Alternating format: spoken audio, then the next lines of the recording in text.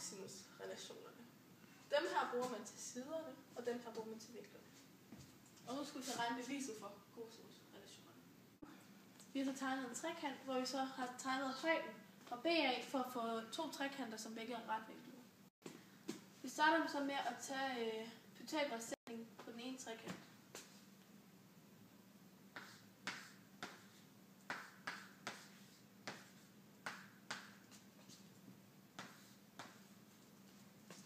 Så vil vi gerne have h til at stå alene, og det gør vi ved at minus x i anden på begge sider.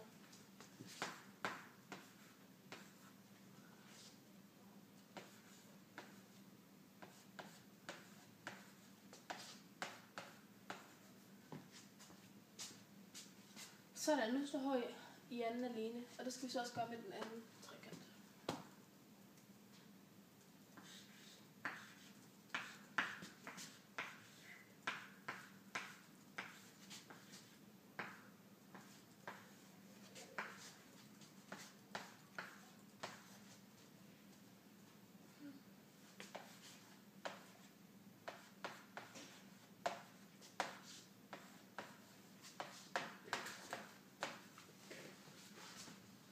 Sådan der. Nu kan vi så sige, at begge de her, de er lige med h. Så kan vi så drage den konklusion, at a i anden minus b minus x i anden er lige med den øverste herovre. C i anden minus x i anden. Så har vi så fået sætningen skrevet op. Og så vil vi så gerne have a til at stå alene, fordi altså ligner den første sætning derovre. Det gør vi ved, at vi tager plusser b minus x i anden på begge sider.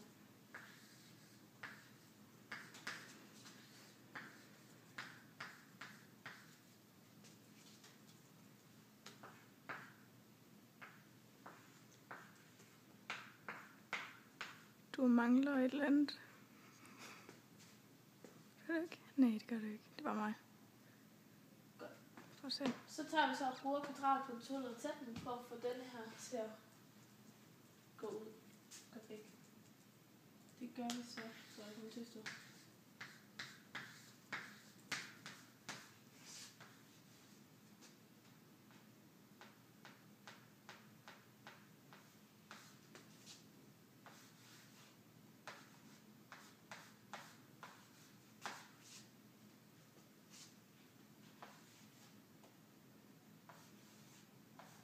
Det er b i anden plus x i anden.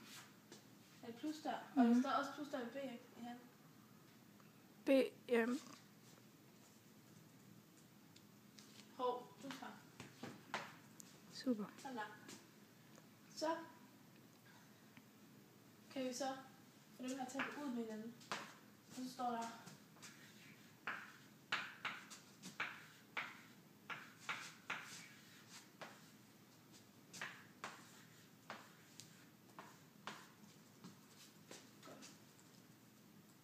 fordi vi ikke kender x, så kan vi ikke regne ud, fordi vi har to ubekendte, både a i anden og x i anden. Så derfor skal vi så have fundet noget andet for x, så vi også bruger alle de samme bogstaver. Det kan vi så gøre ved at bruge den her. Så tager vi, at cosinus til a er lige med hovedstrækningen divideret med hypotenusen. Og den hovedstrækning her, det er x, som giver x divideret med hypotenusen, som er c. Så vil vi gerne have x til at stå alene, og det gør vi så ved at gange med c, så der står.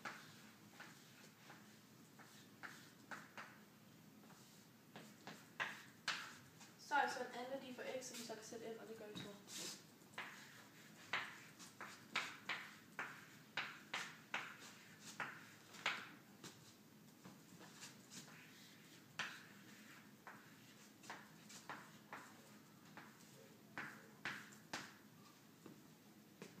Og så har vi sætningen. For så at finde de andre to formler, der tager vi bare højden fra nogle andre steder. Nu vil vi så gerne finde ud af beviset for vinklerne derovre. Og det gør vi ved, at vi gerne vil have cosinus til a til at stå alene. Der starter vi så med at flytte hele den her minus 2bc plus cosinus til a over på den anden side. Så der kommer til at stå a i anden plus 2bc gange cosinus til a er lige med bn plus cn. Så vil vi gerne have a i n flyttet over, så der kommer til at stå 2bc gange cosinus til a er lige med bn plus cn minus a i n.